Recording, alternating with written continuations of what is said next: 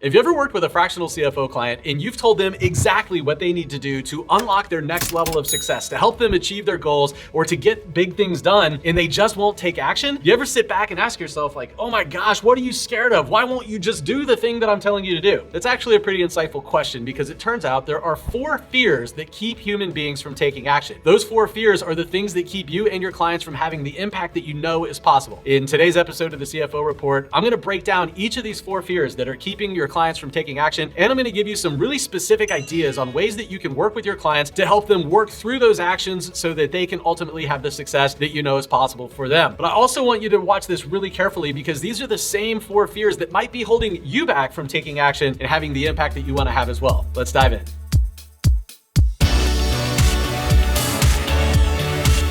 And so what I want to share with you today is a lot of times there are fundamental fears that hold us back or our clients back from taking action. Yeah, this is a little bit of a, more on the woo-woo side, right? This isn't as much about forecasts and projections and those kind of things, but it's important to understand some of the fundamental psychology that goes into people and decision-making and action taking because of that fundamental truth that I shared with you, where if the client isn't taking action, we have no impact. If we aren't taking action in our firm, we have less impact. And so understanding the psychology behind decision-making and action taking is really important for a fractional CFO that wants to maximize impact through action. And so today, what I'm going to share with you are 4 of the fundamental fears that get in the way of human beings taking action. And with each of these, we're going to walk through what is that fear. What does it look like? As you're working with your clients or you're reflecting and self-evaluating yourself, what are some signs that this fear might be in place? We're going to talk a little bit about where each of these fears come from. I'm going to give you some examples. In fact, all of these examples are examples from my life.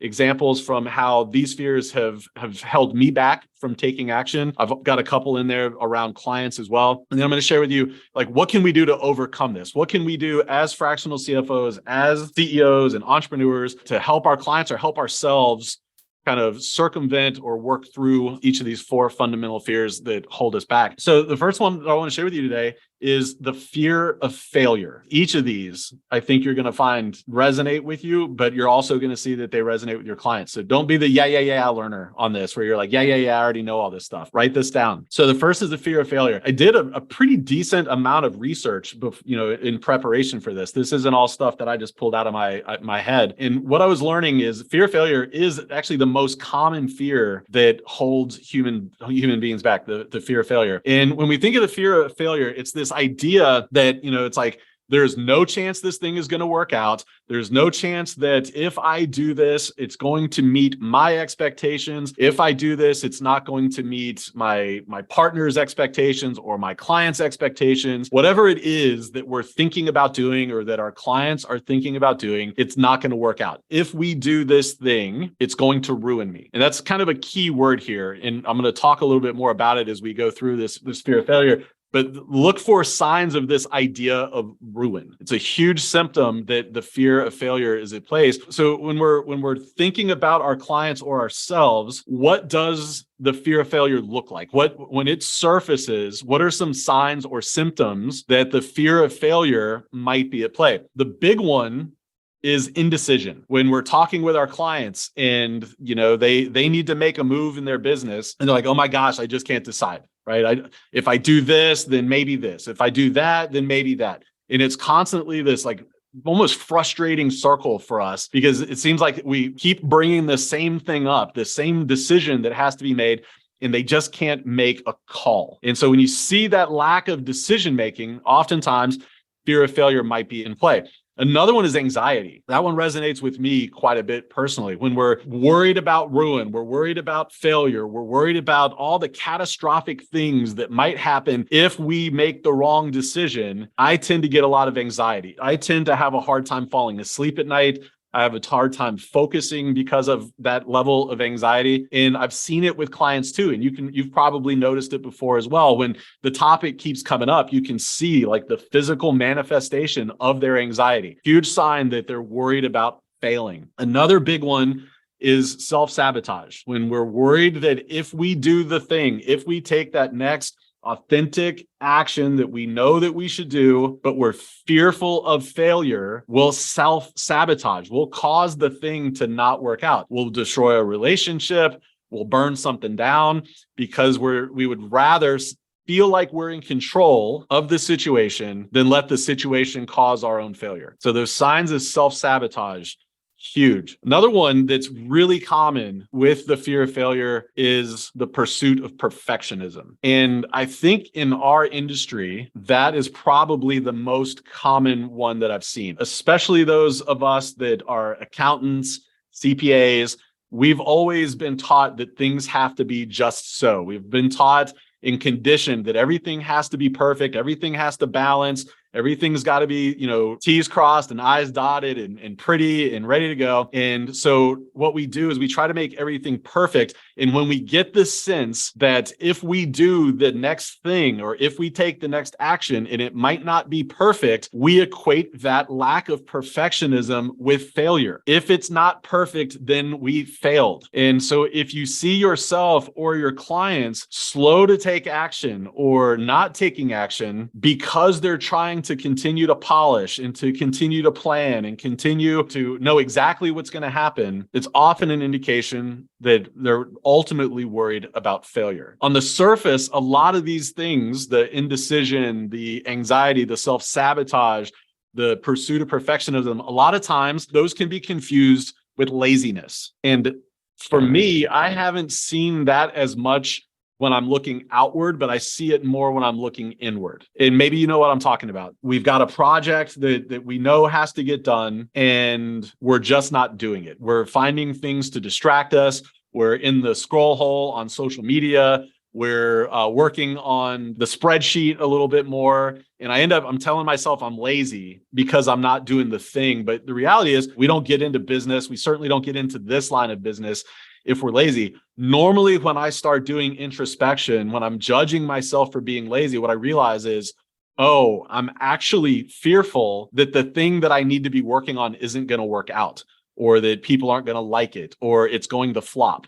And so instead of taking action, I actually do things that distract me, and it feels or looks a lot like laziness. And as most things in life, a lot of times this fear of failure comes from our parents, right? This goes all the way back to those, maternal and paternal relationships that we had, where our parents held us to this standard, normally that looks a lot like perfection, that was either unachievable or just flat out unrealistic. And for some reason, that's so common in our industry. A lot of us that get into the financial world, our parents were actually, if you think back to elementary school and middle school and high school, a lot of times our parents were setting these crazy standards for us, and we latched onto that need to continue to meet that bar of excellence into adulthood and then into our professional lives as well. I'm not an accountant, but I'm an engineer. And I know that was certainly true for me as a kid. The expectation was always that I was going to go either to University of Florida or Auburn or the Naval Academy, and I would go be an engineer.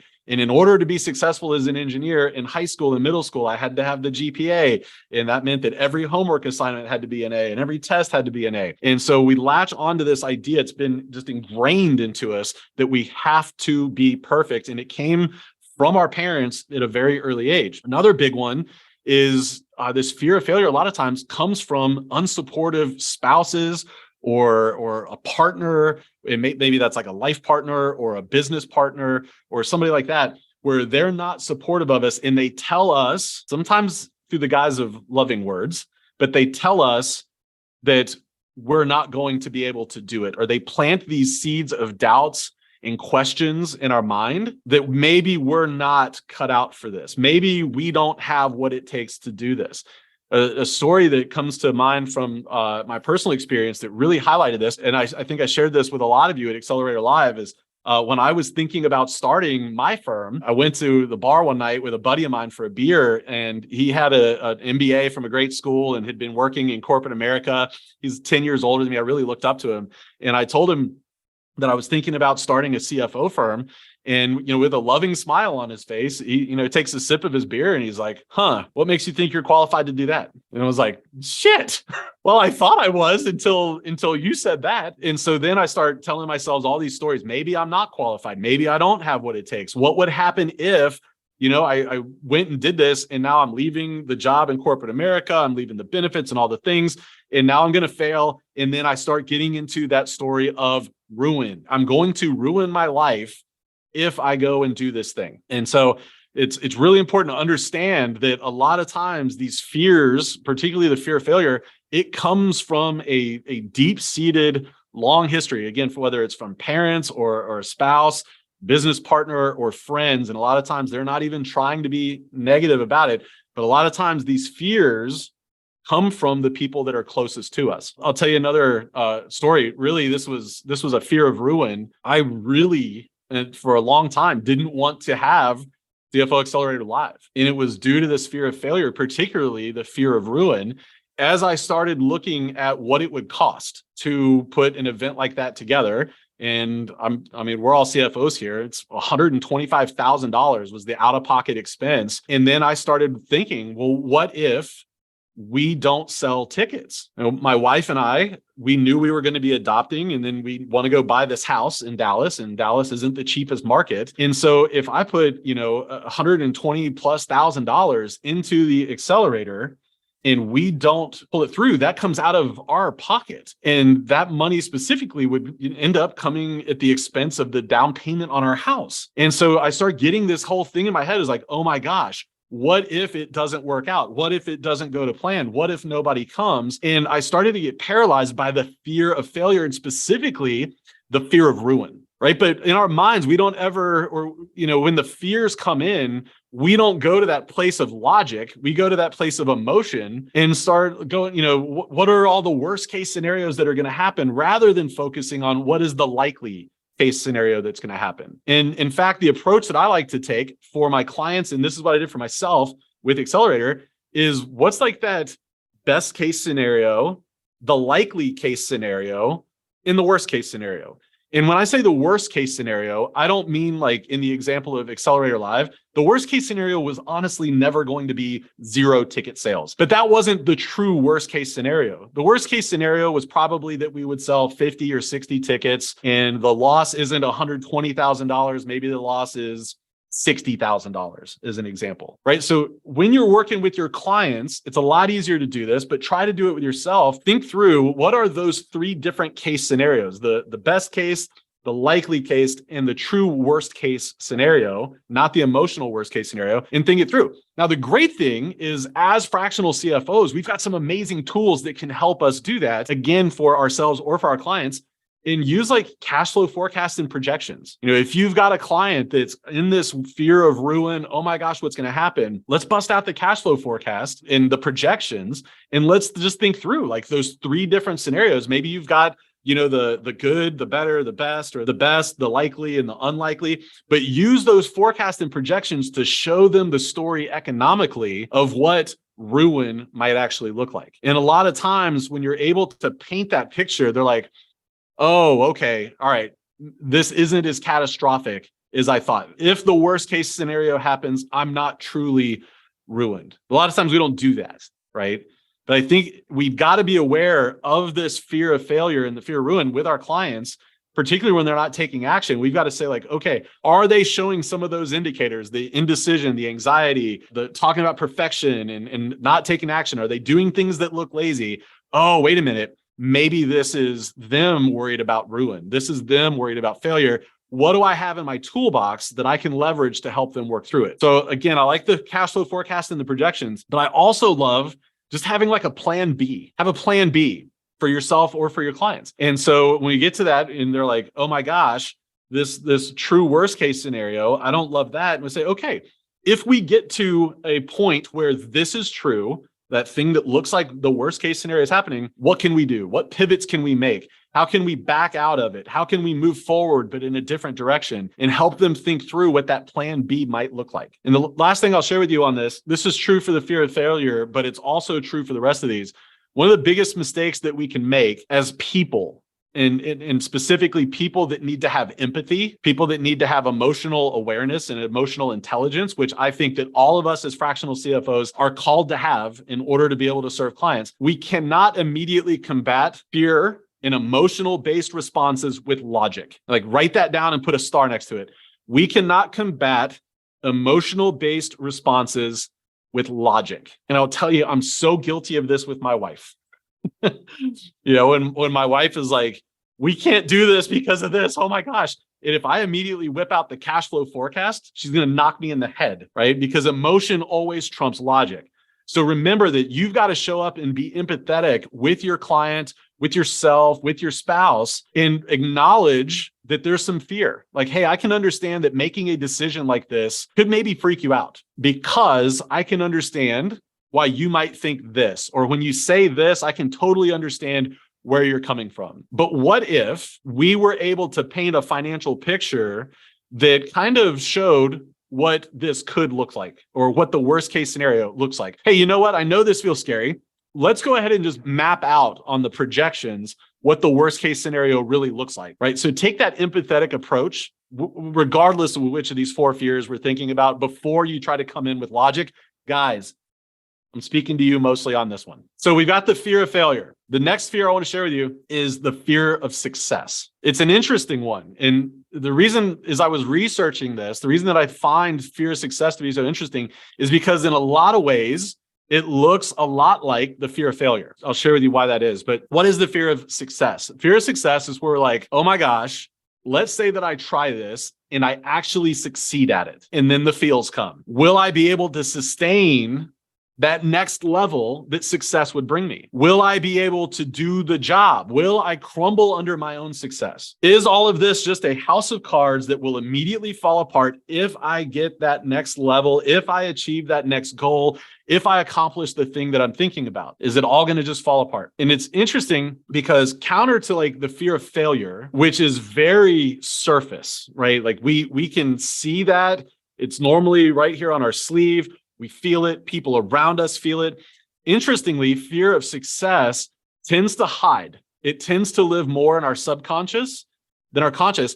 And I think from my research, the reason for that is because very rarely do we think about, and even more rarely do we talk about, what happens if I hit this goal, right? So it's not in the front part of our brain, or it's front of mind. It's certainly not something that we're talking about. It tends to live in the back of our minds. It tends to live in that place in our brains where it's only active like when we're sleeping, or when we're driving to work, or we're in the shower. And so we're not as aware of it as we are the fear of failure. Another way to think about this is the fear of success is the fear of the consequences of our success. Will we have to sacrifice something that we value now as a result or a consequence of our success? And another way to think about it is the further we climb, the further we'll fall if it doesn't work out in the end. The one that really resonates with me is, will I have to sacrifice something I value now if I'm successful in the goal, in the endeavor, in that action? What does it look like?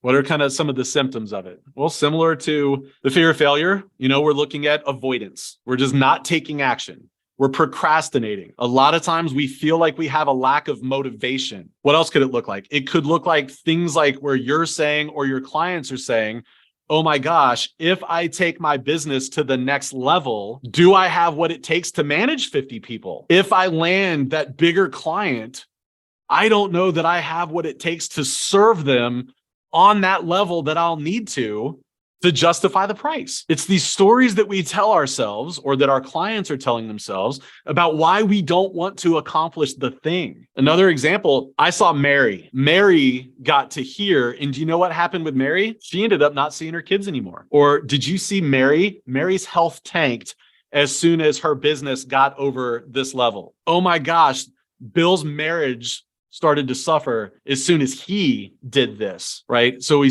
look for those stories. Look for those stories that your clients are saying, or that you're saying, about why they don't want to accomplish the thing. One thing that was a big eye opener for me as I was researching this, I actually talked to my wife about it. My wife works in corporate America. I don't judge her for that, but she works in corporate America. And what I was finding in my research is a lot of time there are gender stereotypes at play that will lead to a fear of success. And what I found was in a lot of cultures, and honestly, a lot of times in our culture, women are prone to unfavorable reactions when they hit a particular level of success relative to men, right? These stories start getting told about why Mary was able to do this. The only reason Mary did this was because of, and normally those because ofs have nothing to do with their hard work, their tenacity, her blood, sweat, and tears. It has to do with some other thing. And so a lot of times women will have this fear of success because they don't want to be subjected to that kind of talk. And so I went to my wife and I said, hey, I was researching this. Is this true? And she's like, oh, hell yeah, it's true. She said, I see it in corporate America all the time. When Bill gets promoted, it's because Bill's put in all this effort. But if I get promoted, there's always some kind of side bullshit story that comes along with it because of this or that or the other that really had nothing to do with my grit and determination and the 25 years of experience I have in the industry. So gender stereotypes can be a big driver for a fear of success. Like you don't want to be subjected to those kinds of comments. Another big one is imposter syndrome. Well, how does imposter syndrome deal with the fear of success? Well, when we have that imposter syndrome, like what are the stories we're telling ourselves? We're telling ourselves, I don't deserve this. I'm not worthy. And so if I hit this goal, it's going to become obvious to everyone around that I'm an imposter because it's not going to work. Because if I get to the point that I need to have all these employees, or if I get to the point that I'm charging this much and the clients leave after 15 days because I'm not providing the value, or the employees quit because I'm a horrible leader or a horrible manager, then everyone's going to know that I'm an imposter. I already know it. I'm just waiting for that one thing to happen, that we're one thing away from the rest of the world knowing that I'm as full of shit as I know I am. So imposter syndrome, really big driver in the fear of success. And another one that was really surprising to me, that this really resonates with me because of my family of origin, is feelings of guilt around success. I don't deserve to reach this thing because others that I know haven't had this level of success. My parents certainly didn't get here. My siblings never got here. My friends haven't been there. Whatever that relationship is, but you're saying like, I don't deserve this because others haven't achieved it. My peers, the people I graduated with, they haven't achieved it, so I don't deserve it. So be aware as you're thinking about yourself or your clients, this fear of success, like it's really important to understand, like, where does this come from and why is this showing up now with what's going on? In my own business, and particularly, I guess it was really with both KFE and the CFO Accelerator, the idea of growing the team has been really scary for me. What if I get the company to this point of revenue and I've got to bring in more people to support? What happens if I'm not able to maintain that level of revenue that's required to cash flow all of these people? Am I going to be able to hold it together? Has this whole thing been a fluke? Have the last 2 years of the CFO Accelerator, we got to 150 people. It's amazing. The accelerator was great, but it might have all just been a fluke. And now I'm bringing all these people in. I'm adding all this headcount. These people are counting on me to pay their mortgages and their rent and to feed their kids. And I don't know if I have what it takes to keep the money coming in to support them. And I'm going to have to lay people off. And then everybody's going to find out about it because they're going to shit post about it on LinkedIn, and the whole thing's going to come crumbling to the ground and the whole world's going to know I'm a phony. This is a very real thing that I struggle with. And same thing's true with my firm. Am I going to be able to hold it all together? So how do you overcome it? Like I said earlier, the fear of success is a little harder to identify because people don't talk about it. We don't have those conversations out loud about, like, what happens if I succeed? What does my business look like? What does my life look like? My relationship with my spouse and my kids and my friends and my health. What does it look like if I succeed and hit these goals?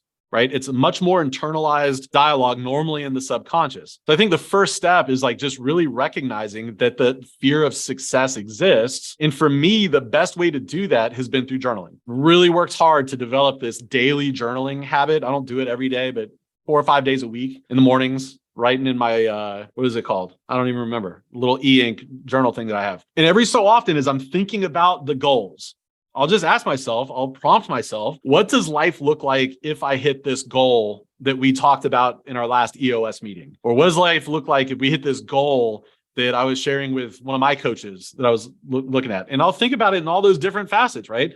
What does it look like in the business? What does it look like as far as my health goes? My wife, now we have a kiddo. What does it look like with my team? And I'll just start listing those things out. And what I'm looking for is answers that scare me. When I come across those things that scare me, I'm like, oh, here's the fear of success. This is one of those things that's, okay, I've got a fear of success here. And I think like tactically, like how do you work through that? What I do is very similar to what I do when I'm thinking about fear of failure, right? A lot of times the worst case scenario that I tell myself around the fear of success is actually a lot less when I start writing it out. When I start like, okay, let me actually make my calendar.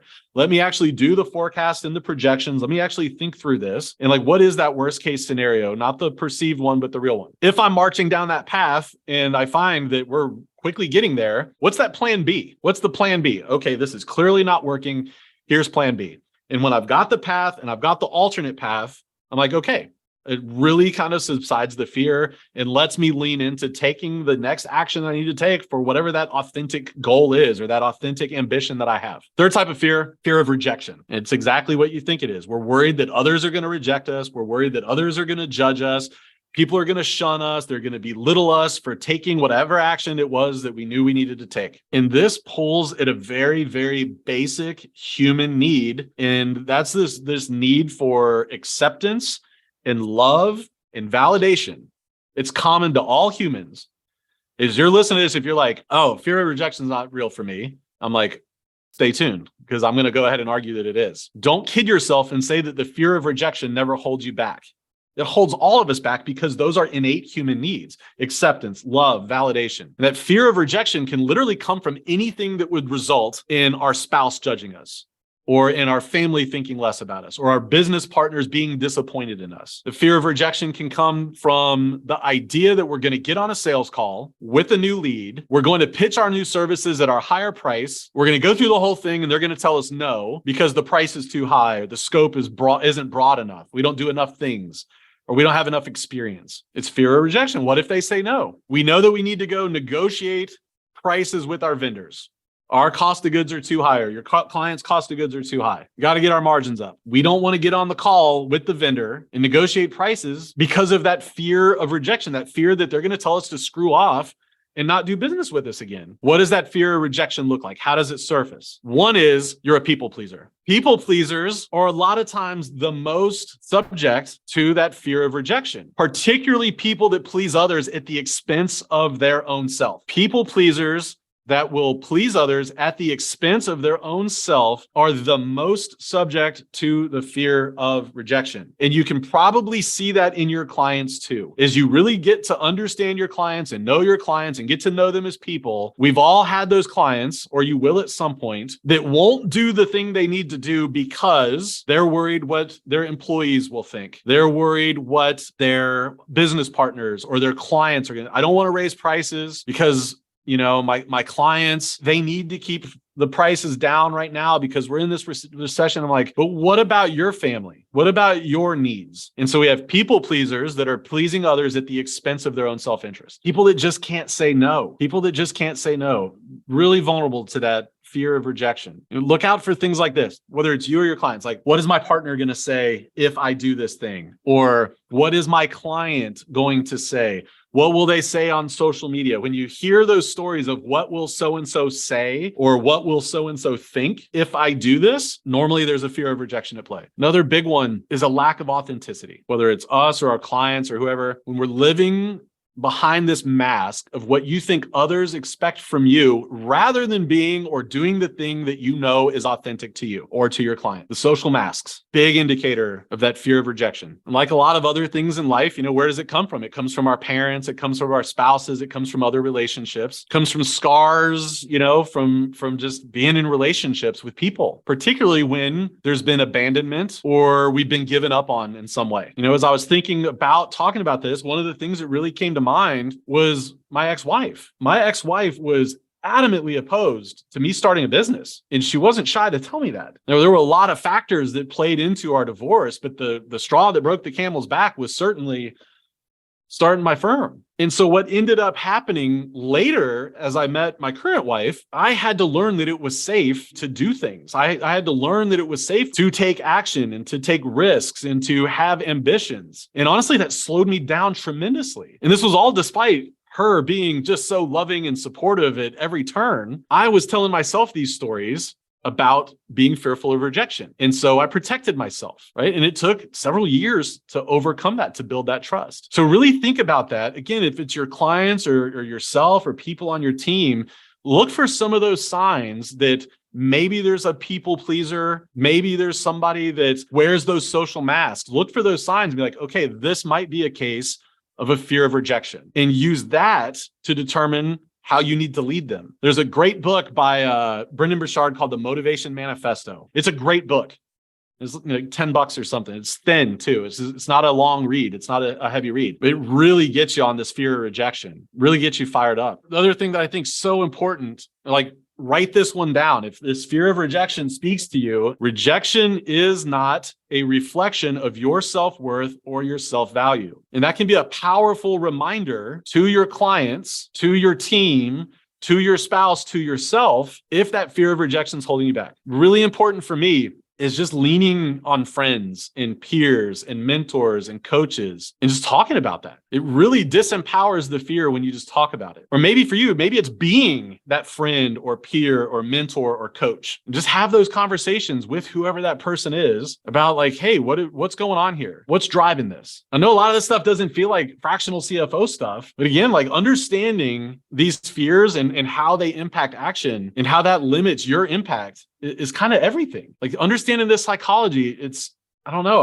so important. I think if you want to have the level of impact in the world that you want to have, you've got to understand and have the empathy to recognize when people are showing up with these different fears. The fourth fear is the fear of the unknown, or the fear of uncertainty. Well, most psychologists will argue that the fear of the unknown or the fear of uncertainty is the most powerful fear for most human beings. It's a survival thing for us. Caveman days, right? We want to know what's going to come next. We want to know what to anticipate. We want to be able to plan. It was essential for survival, right? This fear of the unknown, the fear of uncertainty, this is the thing that keeps us from leaving the comfort zone. This is the one thing. What does it look like? Well, when people are talking about the lack of predictability or a lack of control, often a symptom that there's fear of the unknown. When decision-making creates extreme anxiety or even depression, a lot of times symptomatic of the fear of uncertainty. When you start hearing a lot of like, but what if stories, fear of uncertainty. Another big one, and gosh, we see this a lot. We saw this a lot during like COVID, and we're starting to see a lot of it now in a lot of ways. But when there's these like rush emotional business decisions, like think about Silicon Valley Bank, like when they went down, how much panic and like just people going ape shit with their money was going on. Like, oh my gosh, what am I going to do? I don't know what's going to happen with my bank. Should I take my money out of this bank and put it over here in this other bank? I don't know. Well, let's do it. Well, why are you taking money out of that bank and putting it in that one? Well, I don't know. That's what Jim Cramer said. Well, Jim Cramer also said that Silicon Valley Bank was one of the best deals in banking, right? But so when we start seeing ourselves or our clients getting into these rushed emotion-based decisions, particularly in times of economic hardship or uncertainty, normally there's a fear of the unknown driving those decisions. And where does it come from? Again, this is like one of those basic human fears. Like, we're going to get in the cave and build a fire at the front of it at night because we don't know what's happening in the dark outside of the cave. We're not going to leave the cave because we don't know what's happening out there. We're uncertain. And I think also common to all human beings is we want to have at least a perception of control. We also want to have at least a perception that we have autonomy. And when we feel that we have lost control or that we don't have autonomy, it creates this fear of uncertainty. So we start making decisions and taking actions to create the illusion that we are in control and we do have autonomy, right? When we feel like we're losing control or autonomy, we start to make decisions or take actions to create that illusion that we do have control or autonomy. Fear of the unknown for me, particularly when I get into a disagreement with my wife or we're having an argument. And I think these all stem from the way that I saw my parents argue and how I argued with my ex-wife. But when I get in those situations, I feel like I'm losing control. And so I start to look for things that I can control. And so for me, and again, this sounds so ridiculous, I'll be the first to tell you, when I feel like I'm not in control at home, I clean. The dishes are all done and they're not in the dishwasher. They're all washed and dried and put away. The vacuum comes out, the floor gets mopped, all the beds are made, the laundry's done and folded and put away, and it's 2:00 on a Wednesday. And that's because something came up in my life that I felt like I didn't have control. I do the same thing in my office. When I feel like I don't have control over something and I'm like, oh my gosh, I'm freaking out, everything gets picked up in here and it looks immaculate. The whiteboards are all like sprayed down and cleaned.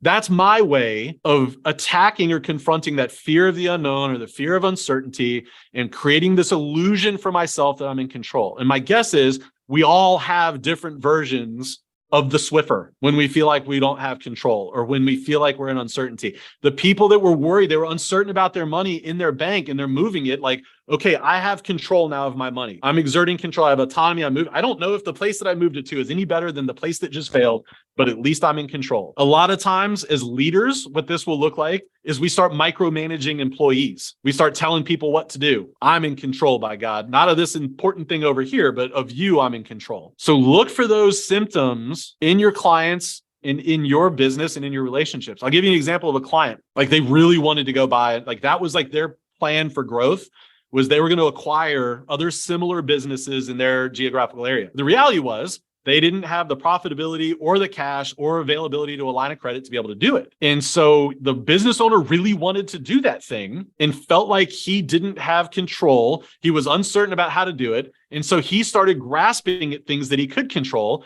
which looked like making stupid decisions on cost cutting. And it was all driven by this fear of uncertainty around how he was going to grow his business. And so he starts nitpicking on, $80 and $200 expenses and making just rash decisions around cutting expenses that were required to keep his business going. And it's because he didn't feel like he had control.